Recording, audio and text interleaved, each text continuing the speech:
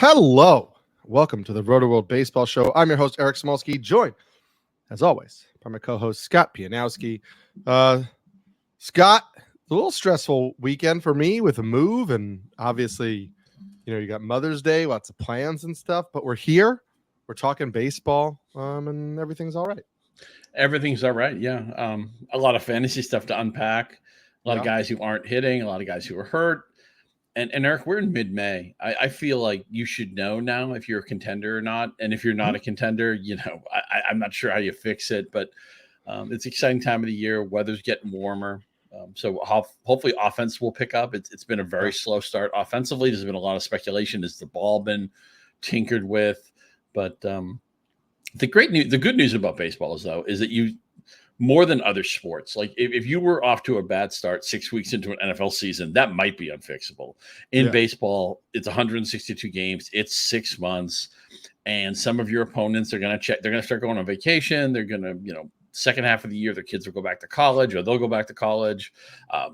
Things will happen. If you stay the course in a baseball season, something usually good comes of it. Now, maybe that means you rise from 9th to 5th or something like that. But the overwhelming advice, and I know it may not be all that satisfying, is just to stay the course, keep making good decisions, and hopefully the way to those good decisions will lead to something good down the line. Well, and depending on your league, how your league works, what your league payouts are, you could go from it, you could at least get in the money, right? Let's say your league pays out top 4, top 3, whatever. It might not, raise the championship flag. But you could at least still finish in the money. You could get a little something for your, a little reward for your effort. I have, a 12-team online championship at the NFBC that my pitching was tanked early in the year. It was a Bailey Ober, Joe Musgrove, I think Kevin Gossman, led rotation. And it just got hit around. And so my pitching stats are in the tank. I've climbed from 12th to 10th. And you just keep grinding and you hope that, you catch a hot streak. You hope that, you'll at least be competitive. You'd be surprised how much you can still move up, even in ratio categories, this far into the season, just by continuing to be cautious and diligent about it. Because other people are going to also struggle, right? That's the thing about the ratio categories is like other people can go down. You can't have other people in your league, in a roto league, get fewer home runs, not losing home runs, but teams in your league can go down in ERA and WHIP and go down in the standings, and so you can gain points that way. So you got to just keep grinding through. And again, and I know I make a lot of fantasy football comps here, and I hope it doesn't turn off the fantasy baseball audience. But in fantasy football, a lot of times it can be landing on that one or two players who swings things. In baseball, it's more of you hit a lot of singles and doubles, you build bricks, and you get the compounding of good decisions stacked on good decisions that no matter how great, maybe you had Paul Skenes. Paul Skenes can help your team. He can't fix a bad team on his own. Right. He's going to need more help. But again, you'll get more data points. You'll get more decisions to be made in the fantasy baseball season. Right now in NL Tout, I lost Wilson Contreras. I have other injury problems.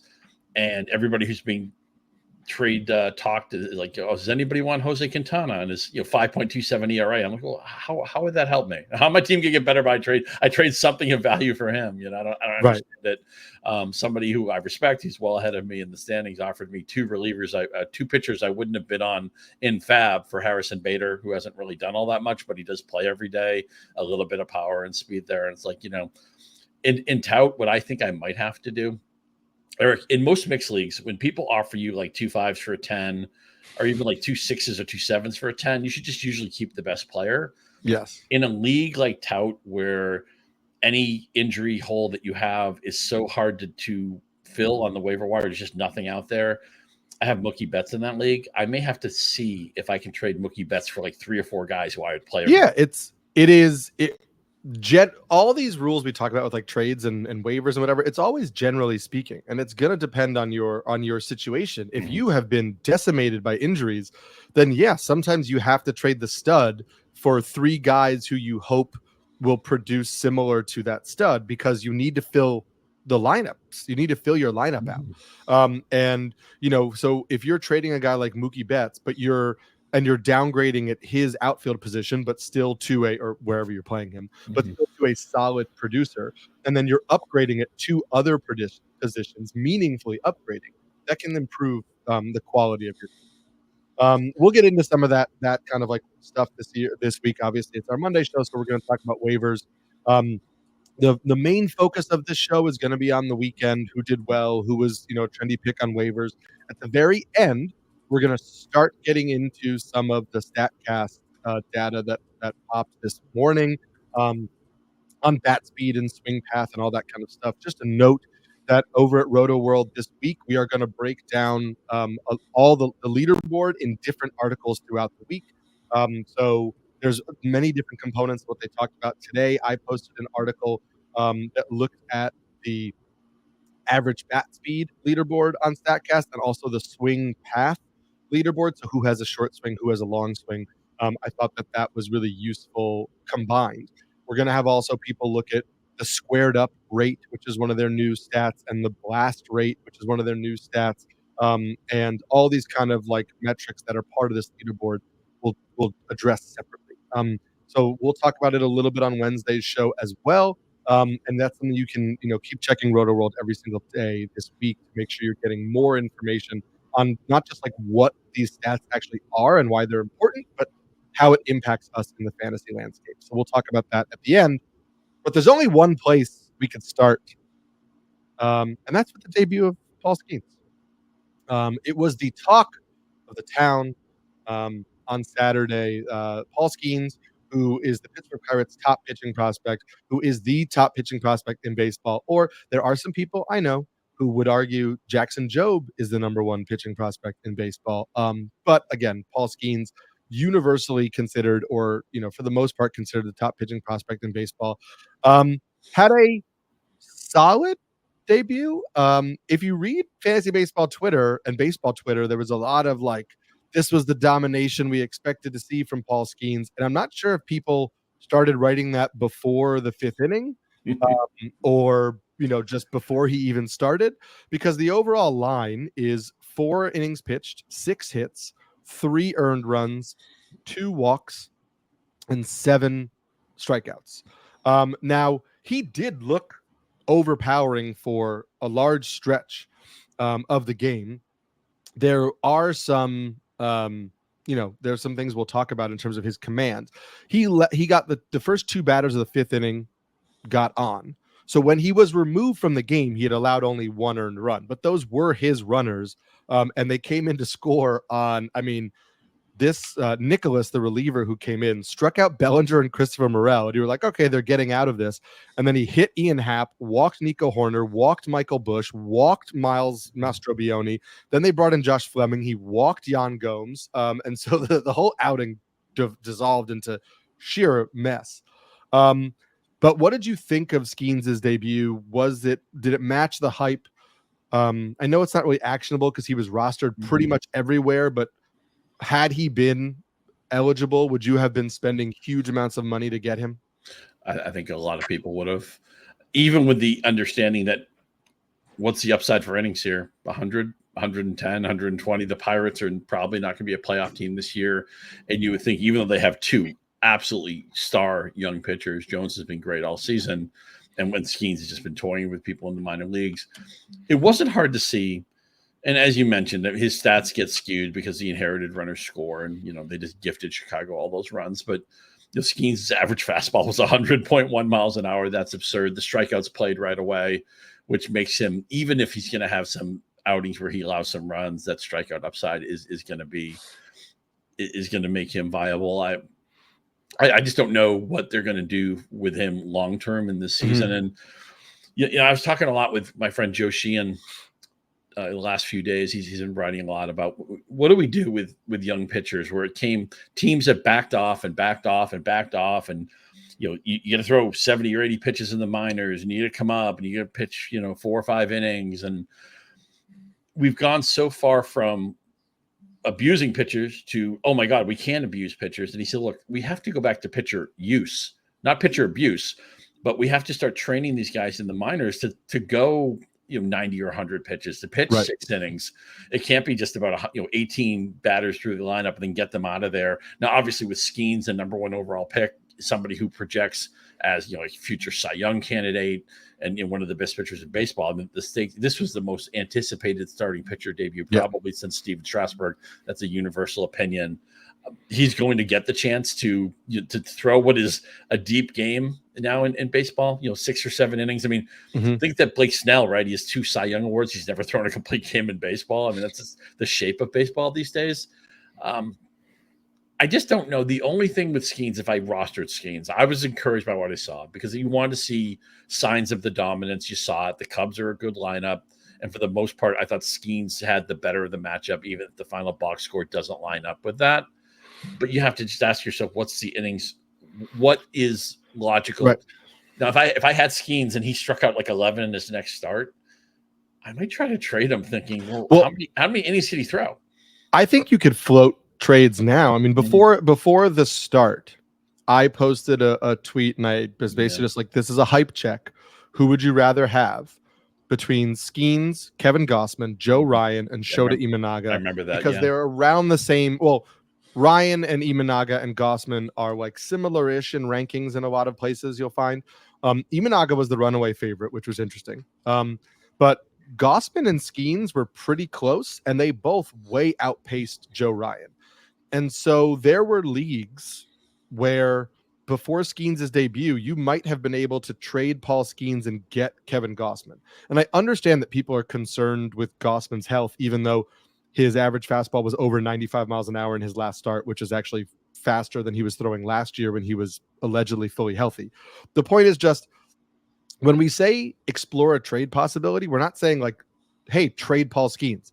We're saying gauge what the level of interest is in your league, because if you can get a guy who like a Kevin Gossman, or maybe like I don't think you're going to get Pablo Lopez, who isn't off to his best start, but is off to a pretty good start. Maybe, you could try to get Bobby Miller, who's about to start a rehab assignment, but people are, maybe concerned about his health. The idea just being, if you look at like, hey, this pitcher in the top 20, between 15 and 20 that I like, who's not doing great, let's see if I could say, hey, in any interest in the upside of Paul Skenes, and I'll take on, pitcher X. Maybe somebody doesn't like Logan Webb because he doesn't get a lot of strikeouts. And maybe that person is like, hey, I want Paul Skenes because Paul Skenes has the upside to be a top 10 pitcher in baseball.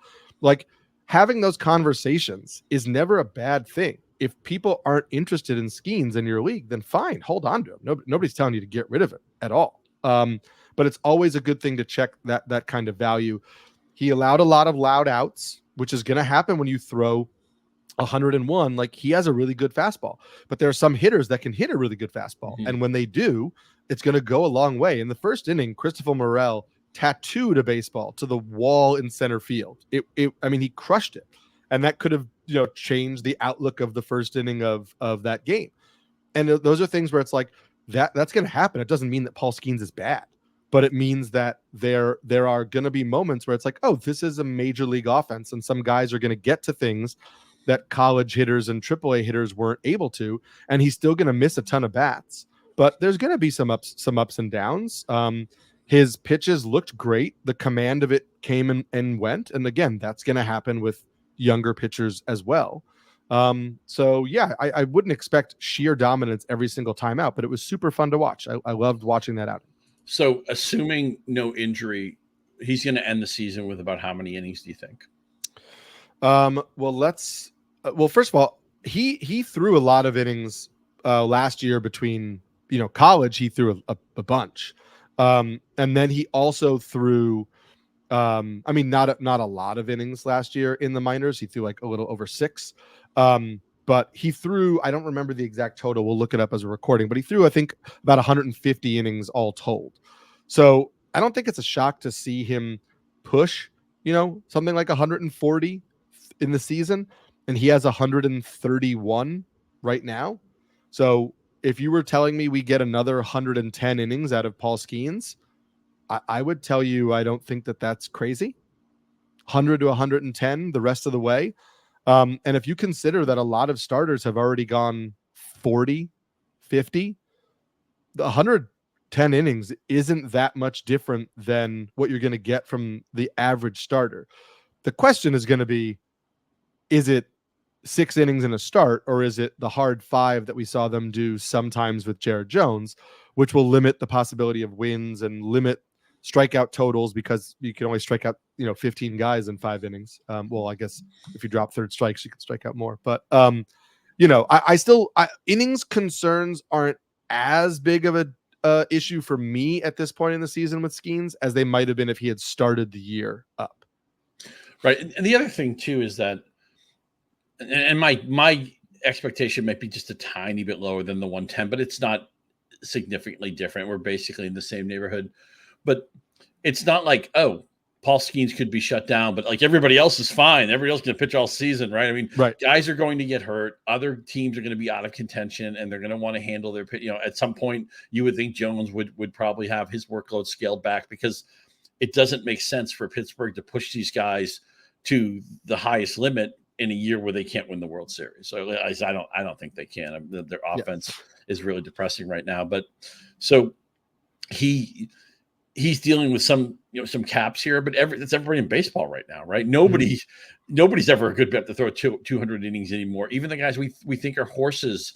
This is the year that Garrett Cole got hurt, and Gausman isn't pitching well right now, and Schneider went down early in the season. So everybody is dealing with you can, there's no such thing as a safe pitcher at these. I mean, I guess if, and I know Matt Waldron isn't having a great season. I guess if maybe somebody was having a great knuckleball season, if Phil Niekro or Tim Wakefield were still around, maybe you think, well, they're not going to get hurt. Of course, they'll have a month where the knuckleball doesn't knuckle and they'll get hit, but everybody's dealing with pitching. The ceilings are so low now that I don't want to go too far thinking that these capped guys are like a major problem. It's just, everybody's got a cap. Yeah, I agree. I do want to get to the other debut we saw this weekend that obviously got lost in the shuffle because it was Skenes. But Robert Gasser debuted for the Brewers on Friday. He is a prospect of some interest. He went 6 shutout innings against the floundering St. Louis Cardinals. He allowed 2 hits. He struck out 4. Gasser is a lefty who doesn't throw, he throws about 93 with both a four seam and a sinker. His carrying pitch is a devastating sweeper that he will throw to both righties and lefties. And then he also has a changeup that he mixes into righties as well. This is a guy who his AAA stats this year weren't great, but it was 12 innings. So I'm not going to overreact to 12 innings. Last year in 25 starts at AAA, he had a 3.79 ERA and a 28% strikeout rate.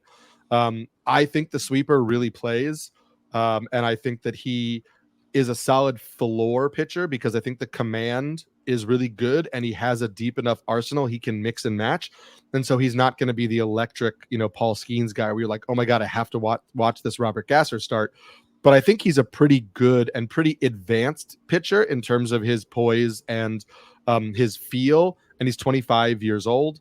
And so I think there's spots in that rotation, right? Like we thought DL Hall was going to be a guy. He's hurt and out. Aaron Ashby, we thought might have a chance. He's, in AAA. So I think if Gasser pitches well, he should have an opportunity to stick in the rotation. And he's somebody that I was happily putting some bids on in leagues because he is widely available. And so he's a guy, I think you can roster him in all formats right now. And I don't, because I think he's worth seeing how the stuff plays out up because I think it will carry at this level. Yeah, he's part of the trivia question. It was Gasser, Dinelson Lamet, Taylor Rogers, and Estuary Ruiz, who were part of the Josh Hader trade back in August of 2022. And I admit I have a kind of a type right now. You mentioned Logan Webb earlier. When guys can get outs and they're not fire-breathing dragons, where they're living in the mid to low 90s, 93 miles an hour for Gasser.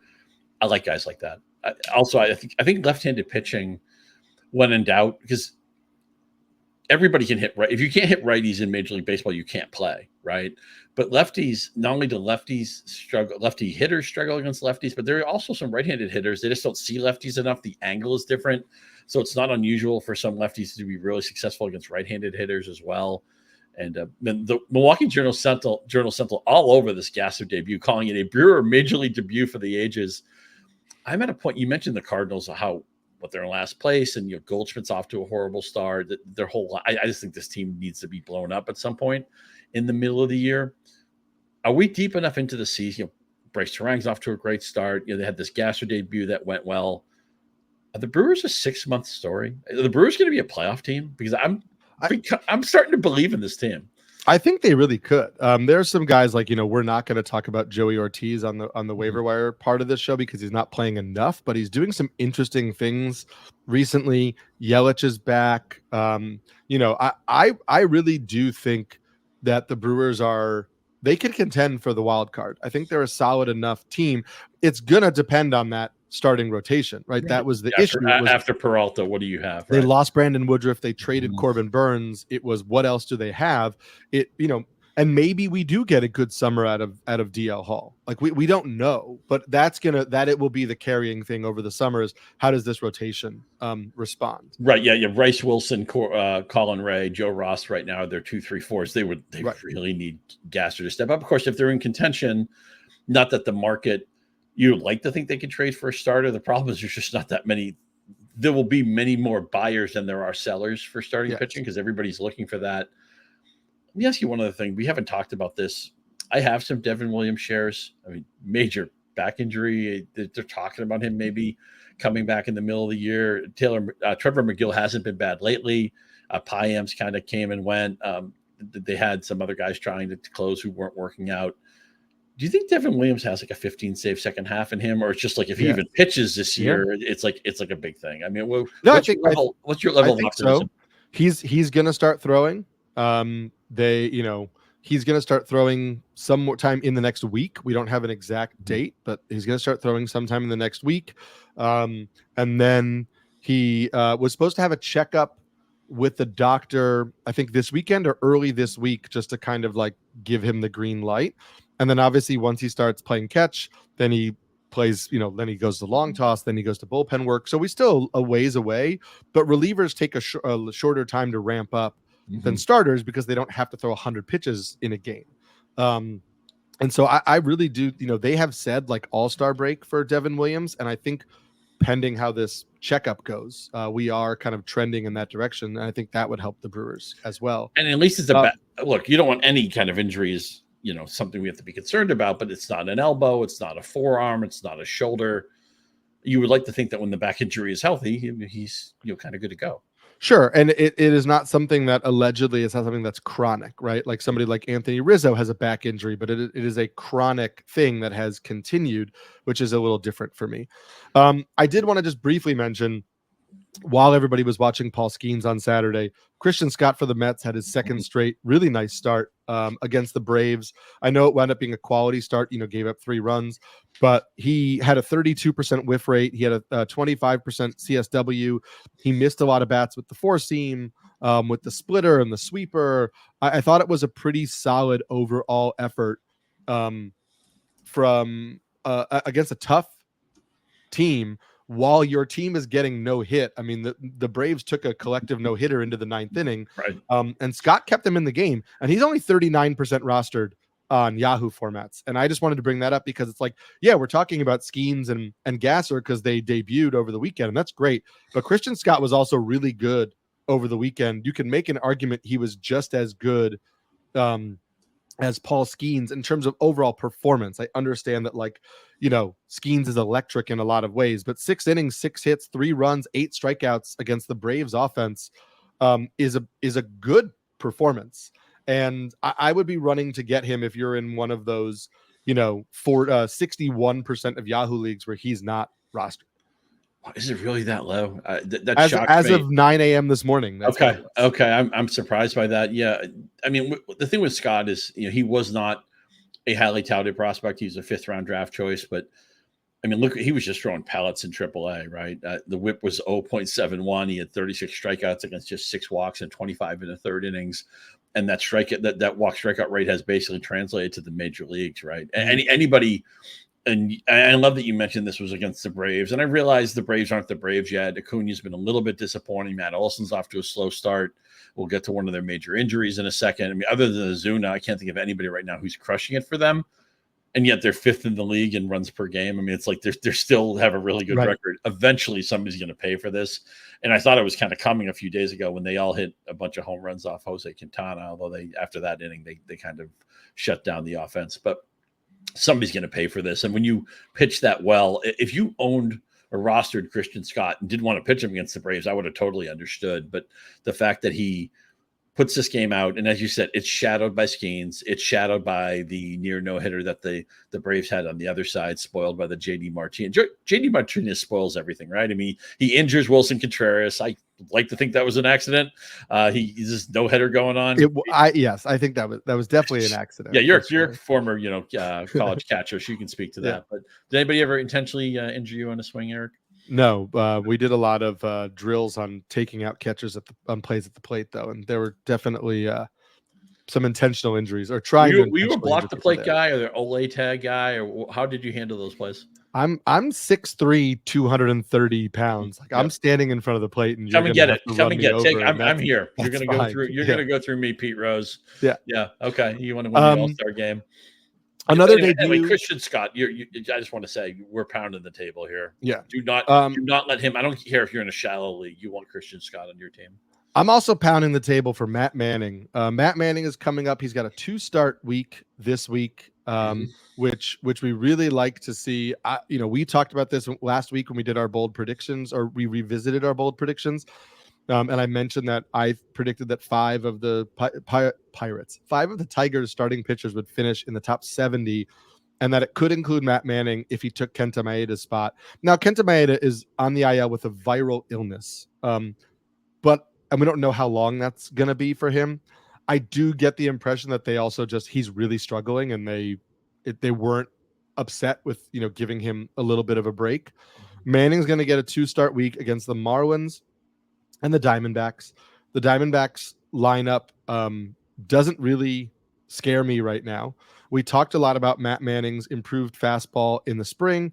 This is a guy who the last 2 years in limited innings, because he had foot injuries and things like that, had a 3.43 ERA in 2022 and a 3.58 ERA in 2023. The issue was that the strikeouts were not there. So far this year, he's shown increased velocity, a little bit better breaking ball, and more swing and miss on his fastball.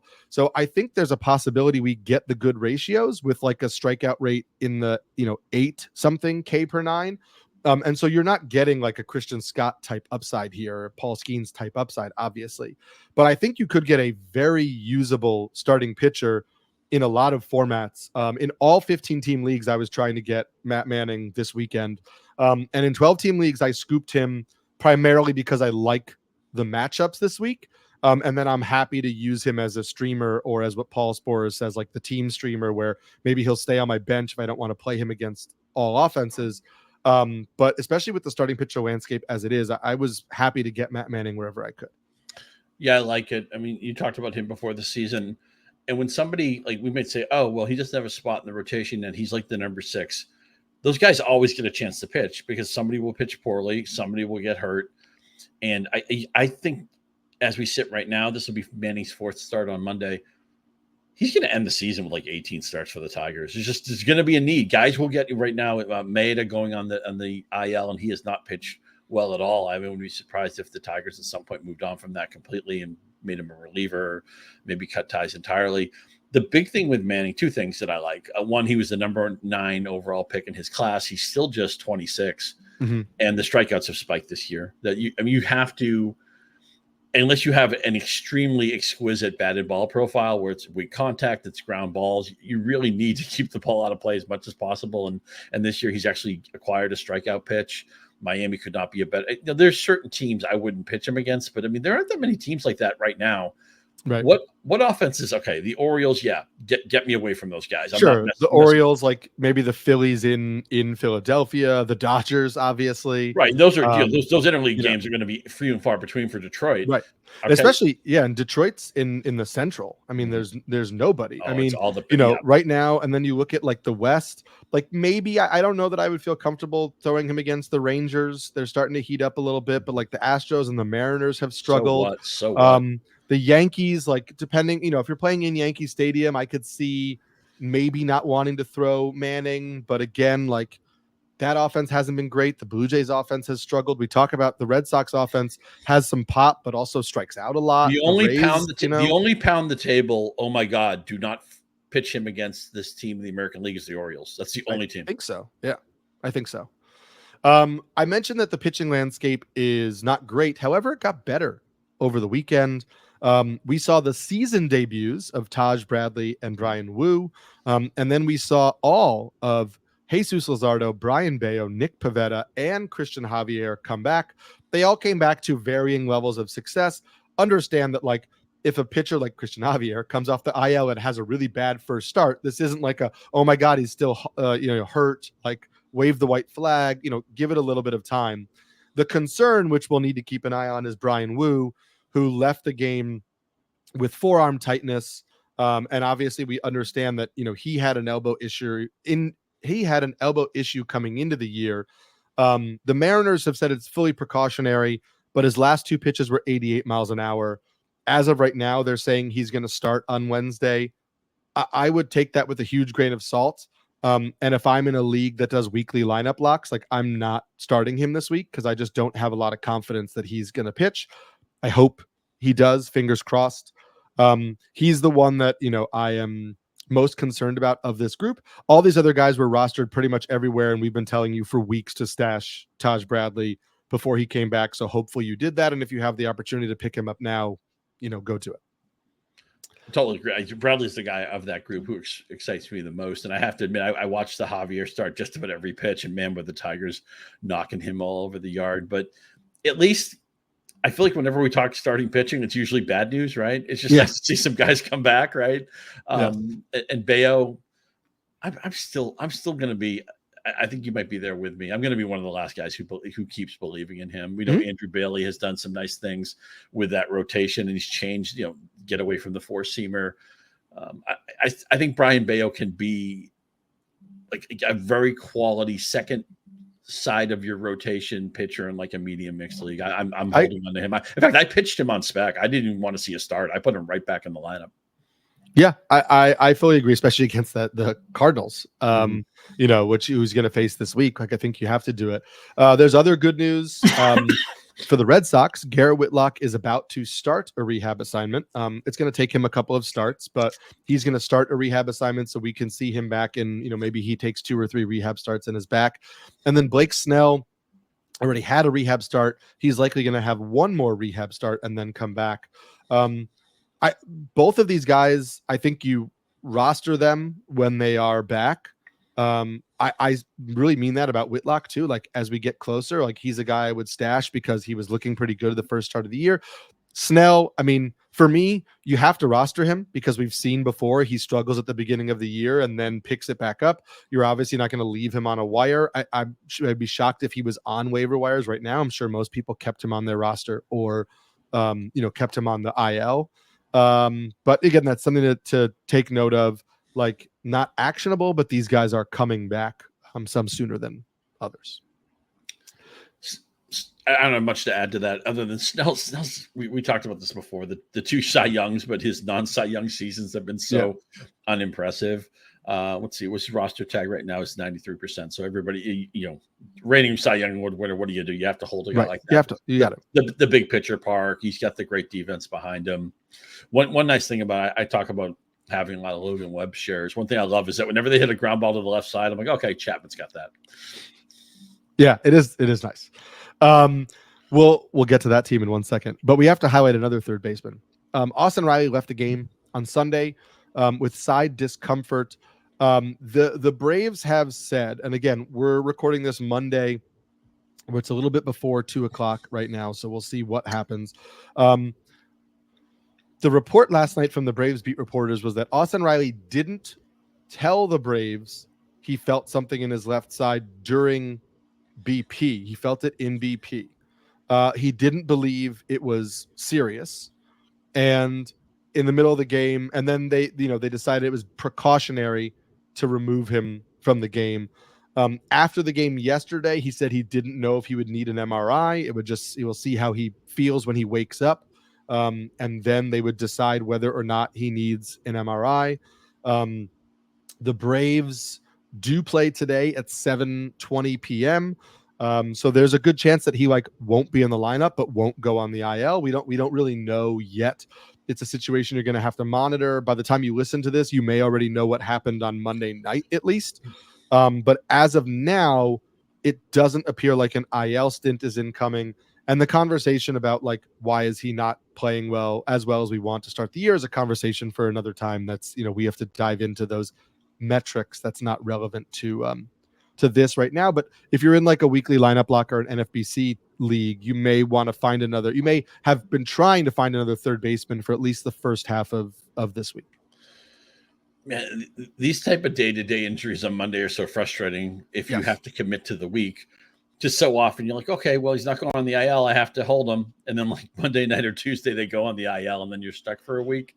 Right. Which is why I really love the NFBC format where you have the 2 transaction periods for your hitters. So at least you don't take the total 0, provided you have some. That's why I also, on my bench, I love to have these Legos, these guys who play 2 or 3 positions.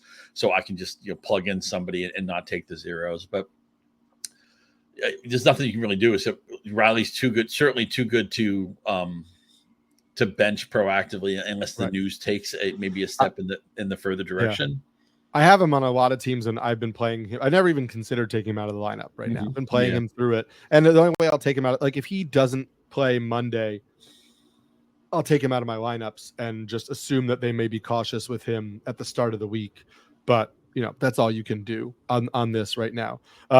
Same thing with Dansby Swanson of the Cubs, who went to the IL with a knee injury.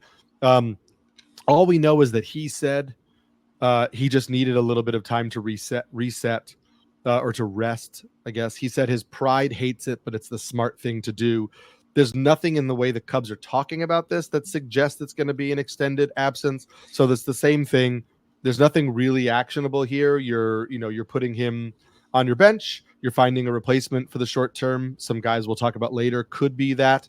And you're hoping when he comes back, he, strikes out a little bit less. The batting average goes up. All things that are not really relevant to what's going on with the knee. Career high barrel rate, by the way. So there's something in there. Yeah, I actually thought Swanson was a good guy to trade for before he got hurt, and the Cubs will be okay. Horner is a great defender. He can slide over to shortstop. And I know this sounds like kind of picking and choosing, a little bit of cherry picking, but Swanson's been such an open, refreshing interview with it. He just, I don't know. I believe Dansby Swanson when he says this isn't a big deal.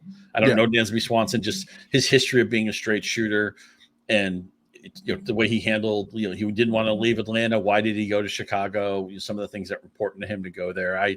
He's the type of player that I think he's more forthcoming with some of these things than other players are. I don't blame anybody who doesn't want to talk about their injuries or just plays them down all the time. But in the case of Swanson, I believe it. So I don't think he's going to be out that long. I agree with you. One player who might be out a little bit longer is Bryan Hayes. He was on the IL with a back injury. We don't really have a lot of information beyond that.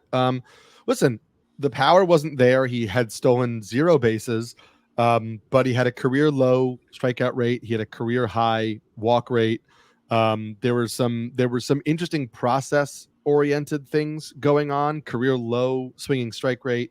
I know people are quick to say, "Oh, well, spring training stats don't matter," and this is one example of why you don't believe in spring training. And it was different than that with Bryan Hayes, because the second half of last year after the injury, he had looked like a different hitter, and he carried that over into the spring.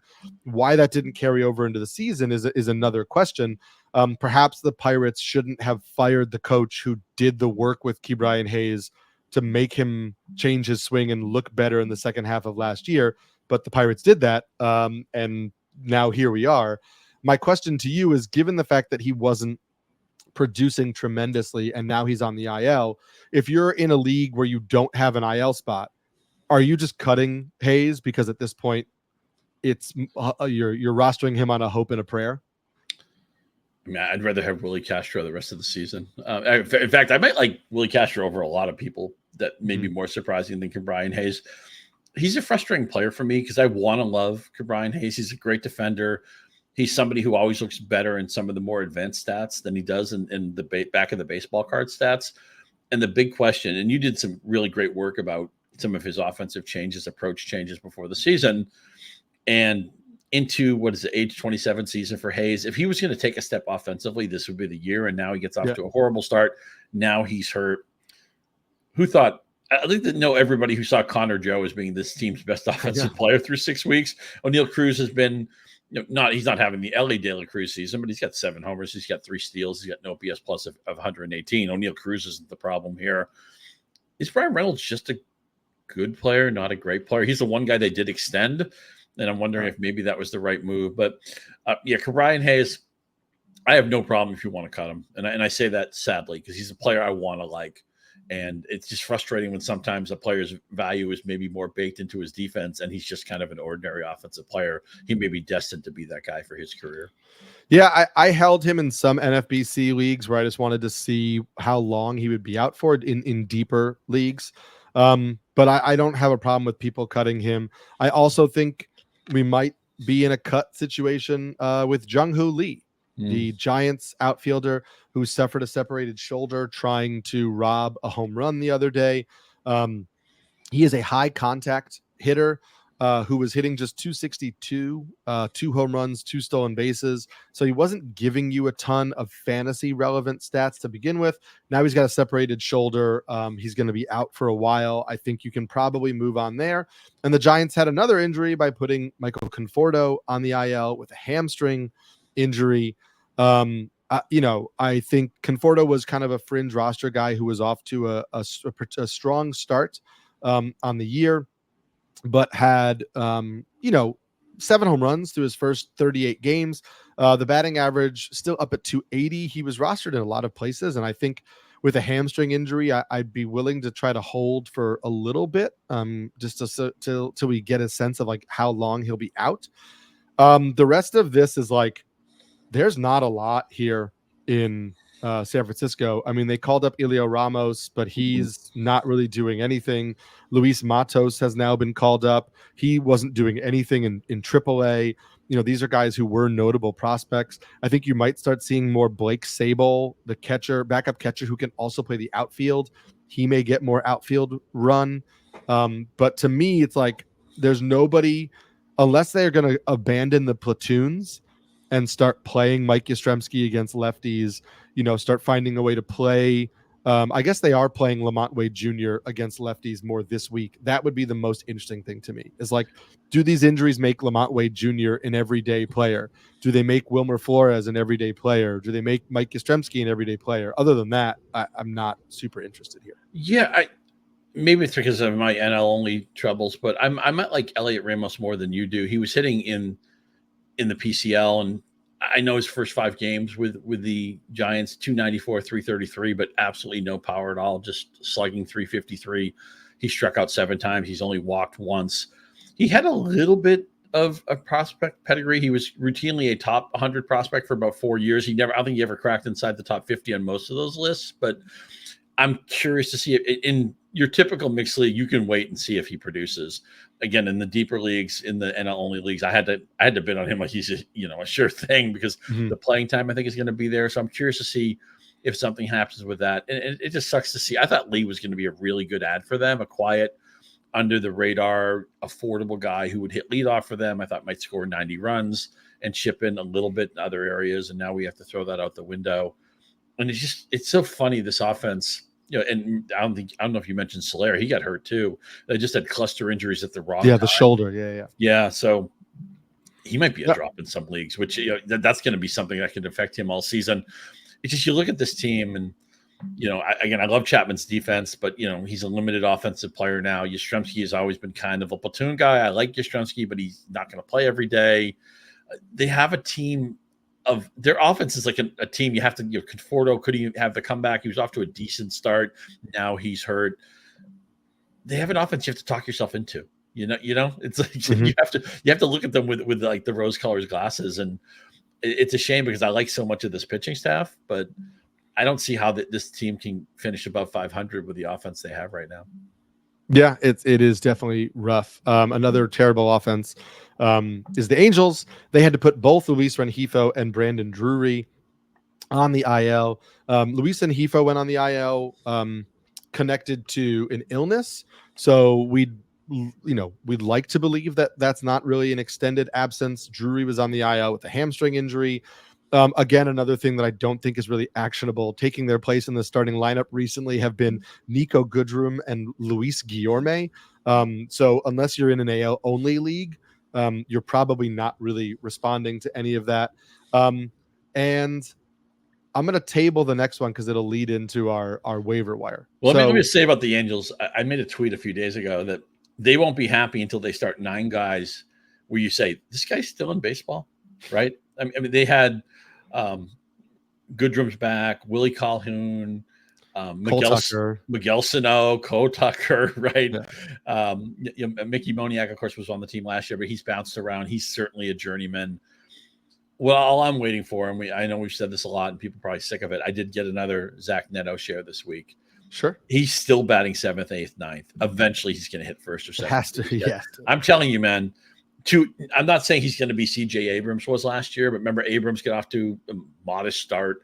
Second half of the year, maybe the final quarter of the year, he was at the top of the lineup and he spread his wings. Zach Neto is a pedigree prospect.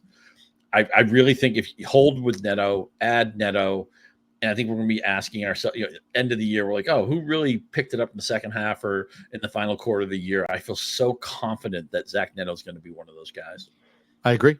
We're going to get to some of the waiver wire guys, but before we do that, the second leg of the Triple Crown will be run on Saturday. Watch the Preakness Stakes at Pimlico Racecourse. The action starts at 4:30 p.m. Eastern Time on NBC and Peacock. That's the Preakness Stakes on Saturday at 4:30 p.m. Eastern Time on NBC and Peacock. And how great, we didn't talk about it, but how great was that Derby? A three horse photo finish. I mean, can't be more exciting than that. No, it was good. A good long day of race. I always forget how many races there are. I want to say too, if you're not a horse racing fan, like you just watch the Triple Crown series, which is perfectly reasonable. The horse racing announcers are fabulous. They have to describe this really fast action with a ton of horses, and they can dot in. Just go back and read go back to YouTube and watch some of the great calls of all time of horse racing. Even if you're not a big horse racing guy, the stuff, if you just appreciate good broadcasting, it's fantastic. Those guys are so good. I'm going to be watching the Prix. I didn't even bet on the Derby, and I was glued to it because I thought it was fantastic. So I love the Triple Crown season, and I'll definitely be firing up some Peacock and NBC this weekend. Yes, everybody should. 4:30 p.m. Eastern Time. The news we just got before we started recording is the Orioles are promoting Kyle Stowers. As of right now, we don't have a corresponding move. Again, this was just announced, but I wanted to piggyback that on top of a question I was going to ask you when we get into the waiver wire bids in this section. Is should we be recalibrating how we're bidding on these hitting prospects?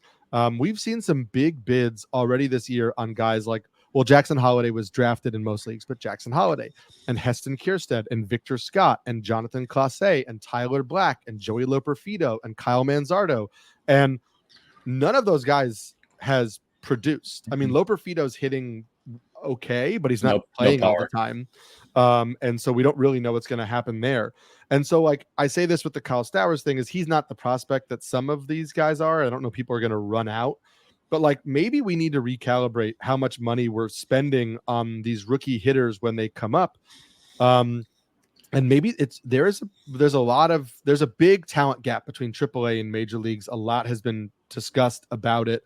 And JD Martinez spoke pretty openly about it when he was getting called up by the Mets. He was like, I don't think I'm ready because I'm not facing velocity down here. Like I'm not facing the top end stuff that I face in the pros. And we're seeing that transition is tough. And I really do think you need to drive the bids down a little bit on some of these prospects. Right. And JD Martinez himself, I mean, career trajectory of him where he failed with the Astros. They basically said, okay, well, I think they cut him outright. And the Tigers he went there, he retooled his swing and became a star, became an impactful fantasy player for like 7 or 8 years. I go back to the Fred Zinke ethos with fab bidding, where the idea is that try to bid like you're trying to finish second or third. We also talk about try to be early on guys. There's nothing wrong with all the guys you mentioned. They were all reasonable plays if you got in at the right time, right? Mm-hmm. When we did the Yahoo Friends and Family League draft a couple of weeks ago, I think I drafted Loper Fido in like the 21st or 22nd round. I've since cut him, but it didn't cost me much. It just the opportunity cost of somebody else in that round who probably I would have cut anyway. That's fine. The problem is when you have to shove with these guys with two hands. And I think sometimes we're guilty as an industry, and I do this sometimes too. When these guys come in, like, oh my God, you got to get this guy. You spend all your fab, you got to or deplete your fab. Yeah. The idea, if you can, is to acquire these players on your terms, whether it's bidding early, drafting them, doing the Zinke, trying to finish second or third, and then you fall into some of the wins sometimes. Because if you're constantly acquiring these players, if your whole fab bidding strategy is like, okay, identify the player everybody wants, then outbid the whole room, you're gonna be out of money so quickly.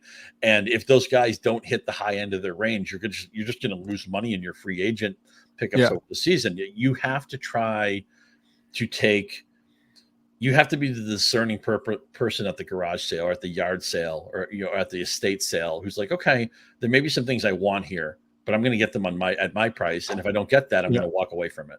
And I think that carries over in that when you're playing fab, you can look at like, okay, who's riding hot right now? Maybe I'll pick up somebody. And sometimes it's a failed prospect who has an opportunity to shine. And sometimes it's a total afterthought. And we'll get to a couple of those guys like right now. One of the biggest ads again over the week was Joe Adell, who's now up over 50% rostered in Yahoo formats and was another, guy who people were slow to like buy into. Mm-hmm. And it's important to understand that like, yeah, Adell hit 3 home runs this last week. He has 3 home runs in his last 7 games. That's great. He's hitting 176 in May. He's recorded multiple hits in only 1 game in May. So people who bought in on Joe Adell early when he was first up and playing have gotten a lot of good stats out of him. The power is there. And so we're hanging on a little bit. But we're starting to see a lot of the issues that made it so that Joe Adell was not the number 1 prospect hitter in baseball that he was when he was coming up. That didn't carry over to the major leagues because of a lot of process-oriented things, a lot of swing and miss issues. We're seeing that come up again. And so, like, yeah, if you bought in on Joe Adell at one point, great. And if you still want to buy in on the upside, also great. But just keep in mind that, like, the batting average is going the wrong direction. And he's not a player you need to hold if this continues for another week or 2 in May, where he's just an all or nothing hitter. On the flip side, as you mentioned, the 7 home runs, he's been kind of a carnival on the bases because he's stolen 7. He's been caught 5 times. To which Ron Washington is probably saying, you know what, keep running. Well, no steals this week. Only 2 steals. Only 2 steals total in his last 14 games. Mm-hmm. So it may also be, hey, be a little smarter with how you're running. For sure. But with all the injuries there, and it's not just Trout and like Rendon now, as you mentioned, Rengifo gets hurt, Drury gets hurt. In a league, I don't want to cut Drury. I think I might have to because I just need more reinforcements now in the TGFBI. I have 6 guys on my injury list. There's no IL spots. So I need some flexibility, right? I always look at my lineup. Can I make any changes on Friday? Well, I don't have any healthy guys. I guess I can't. You can't play that way. Eventually you have to cut some guys you don't want to cut. But at least Adell's going to play. At least he's just 25. And at least it wasn't just that he was a prospect. He was a glittering prospect. Yes. And so I'm willing to give him maybe more leash than I think the average fantasy manager would. Sure. I've always been interested in Leody Taveras, who's another hitter who's gotten hot a little bit over the most recent stretch. He's now playing every day with Wyatt Langford out. And in May, he's 12 for 36. So that's obviously a 333 batting average. He has 2 home runs, 2 steals over his last 4 games. He has 3 steals and 3 home runs over the last month.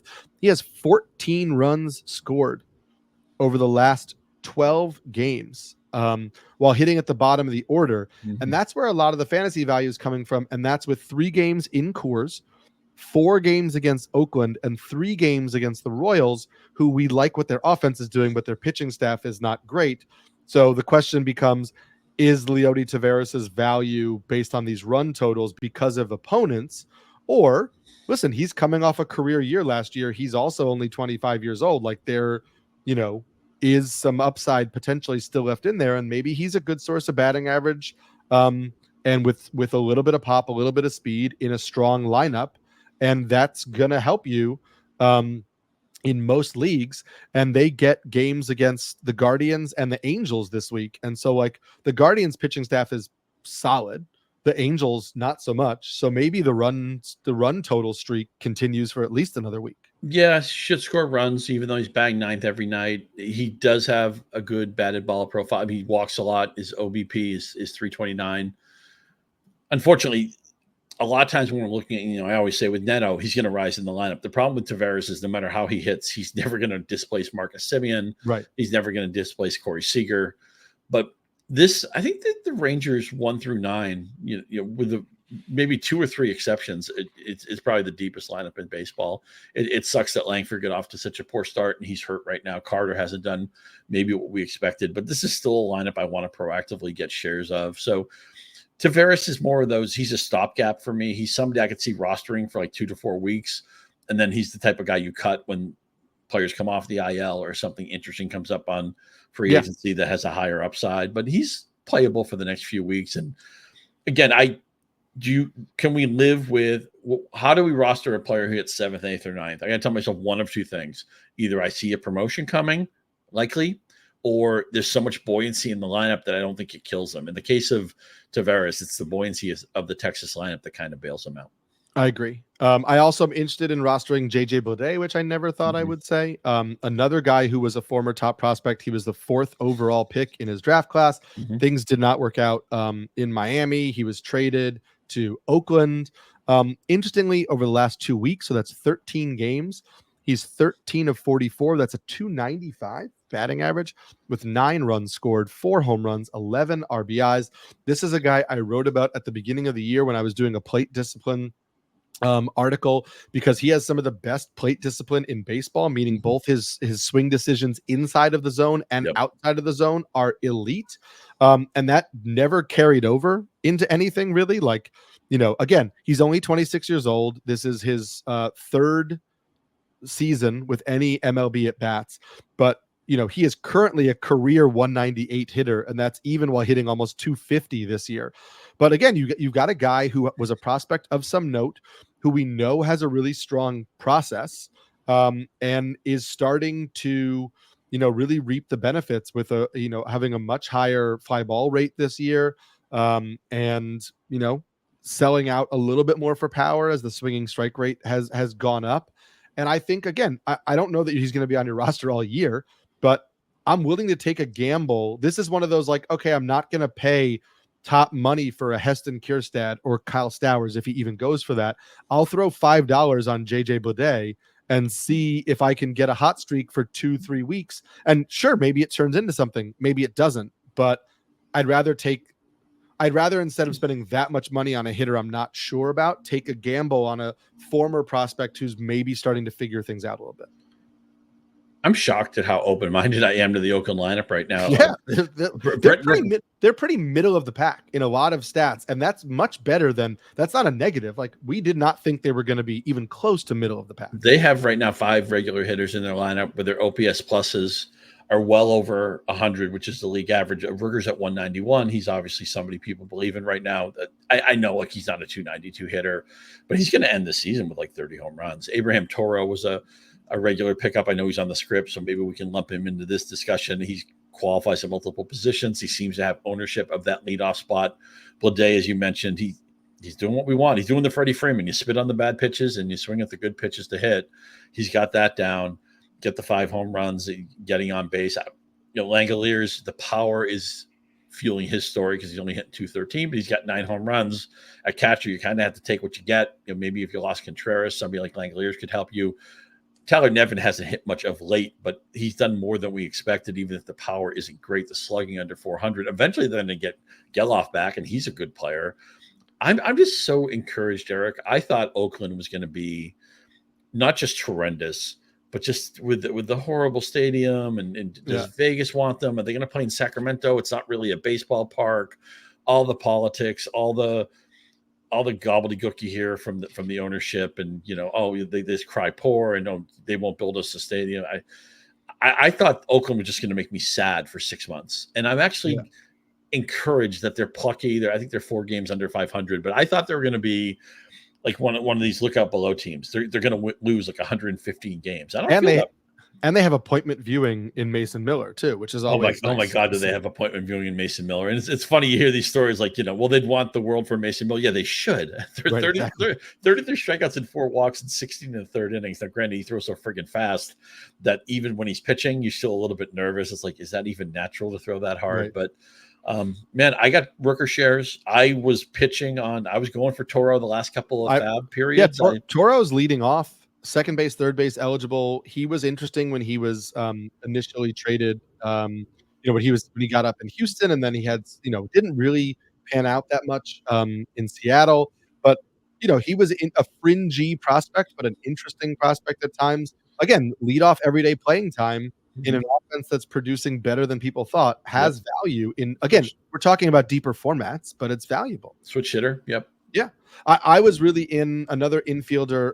I was really in on Josh Rojas where he was available. I've written about him a few weeks in a row in my Sunday waiver wire piece. He's still only up to 26% rostered in Yahoo formats. Over the last month, he's hitting 342. But over the last 2 weeks, he's hitting 432. 2 runs, 2 RBIs, 3 steals, which isn't ideal, but that has more to do with the Mariners offense because he's hitting leadoff while JP Crawford is on the IL. So a guy who's making that much contact, who is making really good swing decisions, was something that I looked at in one of my last articles. And we've seen him, again, another guy we've seen have success in the past, and it didn't carry over last year in Arizona, and they traded him. But now he's getting everyday playing time. And sure, his value may take a little hit when Crawford comes back and he moves out of the leadoff spot. But right now, I'm super happy to roll him out there in most league types. In a year where nothing's gone right for this offense, right? I mean, Cal Raleig's been better than expected, I guess, although he's just going to hit 215 for the rest of his career. But Rodriguez is off to a poor start, and Haniger has really slumped. Crawford got hurt after that career year. He wasn't doing much. The pitching's been good. It's amazing. Seattle has to feel great. They've had as many things go wrong, and they're in first place in that division right now. I think Rojas has a chance. Crawford's not some sacred cow. When Crawford comes back, if Rojas is still hitting, why? I mean, 411 OBP. Why can't he bat lead off the rest of the season? Right. Though I would say that about Davis Schneider, who was one of the other middle infielders. You love Davis. You love Davis Schneider. You're ready for Davis Schneider's season. Whenever Toronto is, you're ready. I have been ready for Davis Schneider's season. He's been pretty solid overall on the year. So overall on the year, 278 average, 4 home runs, 2 stolen bases, 27% strikeout rate, which is an improvement from last year, 12% walk rate. He's been one of the few hitters in their lineup that's hitting well of late and consistently as well. Over the last month, he's hitting 333 with 7 runs, 2 stolen bases. His on-base percentage has been really high. And George Springer came back from his illness, and they bumped Davis Schneider out of the leadoff spot where he had been playing for the better part of a week. He moved down to 5th, which again, not terrible, middle of the lineup. And if the guys in front of him like Bichette and Vlad and Springer himself start hitting more, 5th in the lineup is still a good spot to be. I'd rather he be 1st, but this is a guy who now has worked himself into pretty much full-time playing time. Since April 27th, he's sat 1 game. Mm-hmm. And that was kind of the question at the beginning of the season was, where's Davis Schneider going to play? Because they're playing Kevin Biggio, they're playing Isaiah Kiner-Falefa. And so like Davis Schneider is somebody I'm trying to pick up. I was trying to pick up in most formats. Second base outfield eligibility is also really interesting. He's only 20% rostered in Yahoo format. So I'm big in on Davis Schneider because I do think that offense, while maybe not elite, will be better than it currently is. I'm just so glad they finally made a semi-commitment to him. I mean, in 68 major league games, 277, 395, 558. Why would you not want to play a guy like that? Right. I had to double check to make sure he wasn't on the Rockies, just the way they were jerking him around. It's like, you really think Kevin Biggio is a better player? I mean, I like IKF for what he is. He can play a bunch of different positions, but Davis Schneider needs to play, and he needs to have good lineup real estate. And I didn't realize, you quoted the stat of how often he's played since late April. I didn't realize he'd become that established a regular, so I feel like I missed an opportunity to maybe get him in some leagues. But Toronto needs to just leave this guy alone for 2 months and see what happens. I fully agree. Two other infielders who were added in a lot of leagues, potentially more short term. One is Ezekiel Duran. Another situation where, because of the Wyatt Langford injury, and we know Josh Jung is still already out, there's just another spot in the lineup. So now the Rangers are able to rotate guys through a little bit more, which is leading to more regular playing time for Ezekiel Duran. And then Paul DeJong, man. I mean, like, I can't believe we're talking about him right now. Paul DeJong, over the last month is hitting 272 with 14 runs scored, 4 home runs, 10 RBIs. Over the last 2 weeks, so 13 games, he's hitting 295 with 11 runs, 3 home runs, 6 RBIs, and 1 steal. If we get even smaller, the 3 home runs and the 1 steal, and 7 of the 11 runs came in just the last week. So it's a lot of recent production. But listen, we've seen Paul DeJong do this before, where he's a guy who hits the ball hard. He goes on a hot streak, it fades, but he's really good to roster for 2 or 3 weeks. Are you interested in deeper formats on taking a short-term gamble on either Ezekiel Duran or Paul DeJong? They would have the shortest leash possible. I mean, Jung's OBP is still under 300 for his career. It's just 298. It feels like those great. He was second in the rookie year voting in 2017. He made the All-Star team in 2019, hit the 30 home runs. And then since then, 197, 157, 207. I'll admit, Eric, I'm just like allergic to the White Sox box score. I don't want to look at it. It just makes me depressed. It looks like a AAA lineup. So I'm going to be late to the DeJong story, even though I noticed he did hit a few home runs this week. I'm just afraid that it's inevitable that he's going 1 for 28 at some point. I just don't want to pay the tax on that. Yeah, I think that's more than okay. 2 bats who were getting picked up a lot for power production were John Singleton, who, even though many people thought that it would be Joey Loperfido who's playing first base while Abreu got sent down, it was Singleton. Since the start of May, Singleton is hitting 222 with 3 home runs, 8 runs scored, 7 RBIs in 11 games. However, I was more interested in adding Carlos Santana, who over the last 13 games is hitting 273 with 6 runs, 4 home runs, 10 RBIs. He is kind of in the back half. He's like hitting 6, 7, or 8 in the Twins lineup. So it's not really the prominent spot that Singleton has, but he's hitting a little better, a little more consistent. The Twins lineup is good. I trust Santana a little bit more as a player. These are both guys. Again, I agree with what you said about the middle infielders. We're on short leashes here. We're trying to ride a little bit of a hot streak while we can get it. But for me, it's Santana over Singleton. Do you have interest in either of these guys? Yeah, I like both of them. I actually picked up Santana, I think, in TGFBI about a week ago when I had some problems at corner. And these players are so far off the radar. I had to double check to make sure they weren't on the Angels. I talked about, how this guy's still in baseball. That's Santana and Singleton qualify. I would love to see Singleton be a story too. He was one of these guys who signed away his arbitration years and signed that deal early. And people oh my God, he's leaving so much money on the table. And then a bunch of things went wrong for him. And it looked like his career was probably over. And he became kind of like Kingery for the Phillies. It's like, well, wait a minute. Not every one of these careers screws the player. Not every one of these careers is Ozzie Albies who becomes a star. It's like, oh my God, all the money he gave away. Sometimes the guys don't make it. But Singleton seems like a nice guy who's had some issues. He's cleaned up a lot of that stuff. I'm rooting for him, but I think Santana is the pickup I would prefer. Agreed. Last hitter, we talked last week a little bit about Johnny DeLuca, and he was one of the big ads here, just about the possibility that he could have an everyday job or battle for an everyday job with the Rays. And then one of the most added players was Eddie Rosario, who started 7 straight games for the Nationals, has hits in 7 straight games for the Nationals. This past week, he went 7 for 15 with 3 home runs, 4 RBIs, and 3 steals. Rosario, again, another guy who we've seen produce fantasy goodness in the past. I'm interested in deeper formats and saying, hey, maybe he'll go on a good 2 or 3 week stretch. And again, another guy where, like, if you put a couple dollars on him and see where this hot streak goes, I think that could be valuable. It's just crazy that he needed the hot streak to bump up to 174, 252, 370. It was a bad start. Yeah, awful start. But this team has been fun. We expected you were more than anybody in on Abrams. He's been great. Luis Garcia Jr. has popped. Jesse Winker is having a wonderful comeback season. Jacob Jung wants to run every time he's on base. And this whole team, right? I mean, even Lane Thomas, who wasn't hitting, he has 11 steals. Trey Lipscomb, who I never thought it was a burner, he's got 7 steals. Mm-hmm. It's a fun team. Producer Adam is enjoying this team. Kyle Finnegan's got a bunch of saves. I still think Mackenzie Gore is a great buy low. He's pitched better than his backup baseball card stats would suggest. So yeah, I'll kick the tires on Eddie Rosario. He's like somebody. What the NBA has that 10-day contract. You sign Eddie Rosario to a 10-day contract, and at the end of the day, at the end of the 10 days, you reevaluate.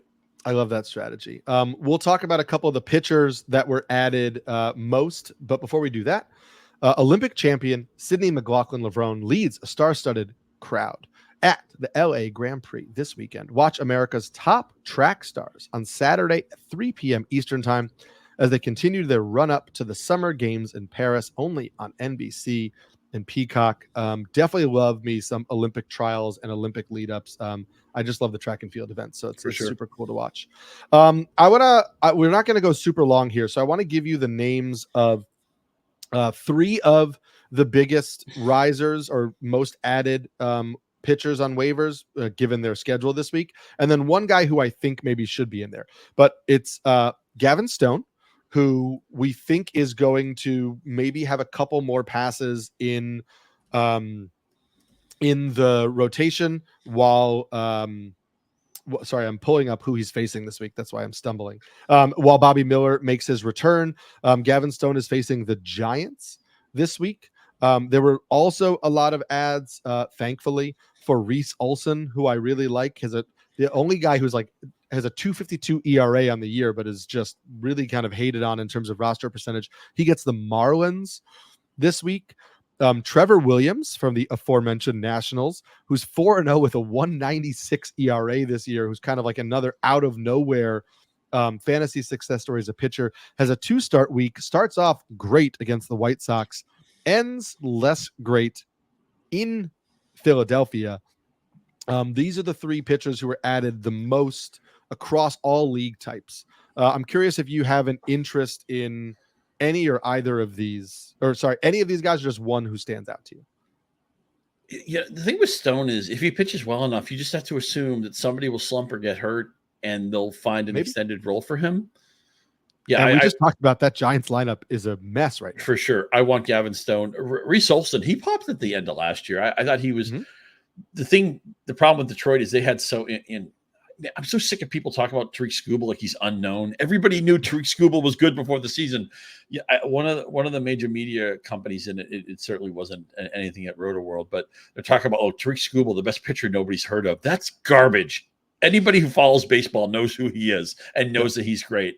And I think to some degree that led to people maybe not giving Reese Olson enough credit, who's the upside is significantly less, but I'm a believer there. With Trevor Williams, it's just hard for me to unsee what he did last year, where he was just, he led the league in home runs allowed, but I'll start him. You have to have the flexibility to take that White Sox start and then not get Philadelphia might be the best team in baseball right now, even with Trey Turner hurt. I don't want any part of that.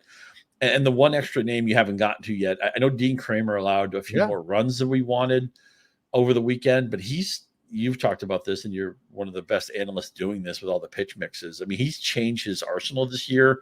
He used to just be somebody who never got strikeouts, and you're hoping, well, maybe he'll get a quality start. Maybe he'll get 3 strikeouts and a win. Now, Dean Kremer's actually promoted to he can have kind of a so-so start and still strike out 10 guys.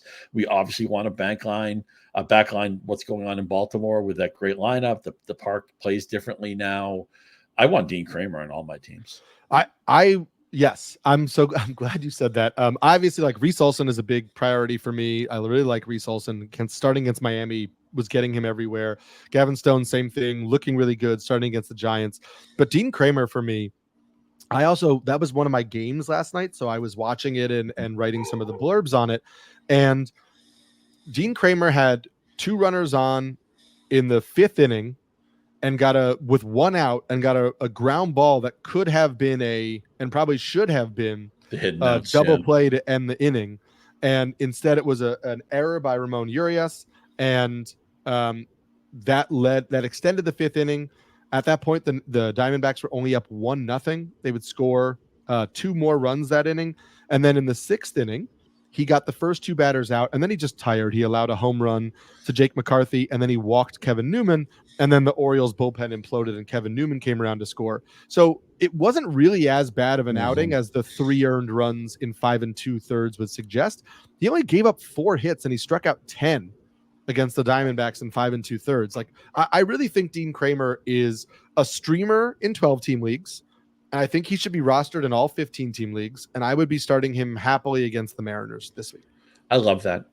Maybe we're in this golden age of quantification and stat analysis, and maybe someday somebody's going to do a website where they're going to grade errors the way they should be graded and not the way they are graded, where everything's a hit, keep the fielder happy, keep the batter happy, keep the pitchers mad. There's a start, I think 2 or 3 weeks ago, and I tweeted about it a little bit, where Jack Flaherty was dealing and Joe Ryan was dealing. And both of them had all sorts of misplays by their defense that would have been errors in a different time in baseball, but they're not anymore because they just don't call. You have to saw the ball in half and mail it to Iowa to get an error these days. It's a joke.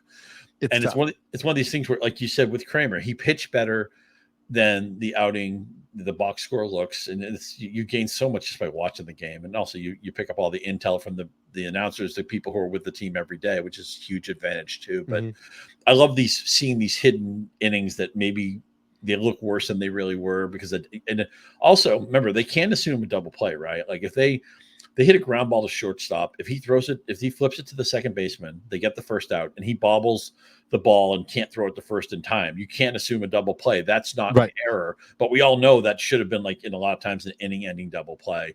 Bottom line, look for these starts. Like when I saw Flaherty get done in by his defense, and Joe Ryan too, I was, and not that those guys weren't already highly regarded. I'm not saying you were getting them as giveaways in trade, although the Flaherty story was still kind of developing. But I was like pounding the table with people, go get these guys. They pitched so much better. This should have been like a 1-0 game, and it was like a 6-5 game or a 5-4 game or something like that. I realize with Joe Ryan, he's around the plate so much, it's going to be days where they do hit him. But I would love Joe Ryan on all my teams. I will love Jack Flaherty again. Ryan, all my teams. Flaherty, all my teams. And I'll say Dean Kremer, welcome to pitch on any of even my NL only team. If they just get the Orioles in the National League, I'll pitch Dean Kremer there too. Well, he's on my AL only team, so you can't take him from me. Good man. Just to let you know, again, I mentioned we're not going to get into all the details of the Statcast article. We'll talk a lot about that on Wednesday. It's going to be the main topic of our show. Over on NBC Sports, I do have an article looking at the bat speed and swing length leaderboard. So obviously bat speed, it's pretty self-explanatory. The speed at which somebody swings, they measure the sweet spot of the bat when they talk about bat speed, because obviously we're going to measure the speed of the part of the bat you want to hit the ball. And then swing length also is just pretty self-explanatory. It's the path toward the ball. Longer swings have a tendency to lead to more power, but they also lead to more swing and miss, which is why, like, guys who lead in terms of average bat speed are Giancarlo Stanton, O'Neal Cruz, Kyle Schwarber, guys who hit the ball really hard but also have questionable contact ability. So in my article, I created a leaderboard taking the guys who had above average bat speed but also had shorter than league average bat path. So guys who swing hard but also don't have long swings. The idea being these are guys who should hit the ball hard and also shouldn't swing and miss a lot. And interestingly, like within the top 15, you had a lot of guys like Juan Soto, Gunnar Henderson, Bobby Witt Jr., Ellie De La Cruz, Pete Alonso, Fernando Tatis. That all made a lot of sense to me.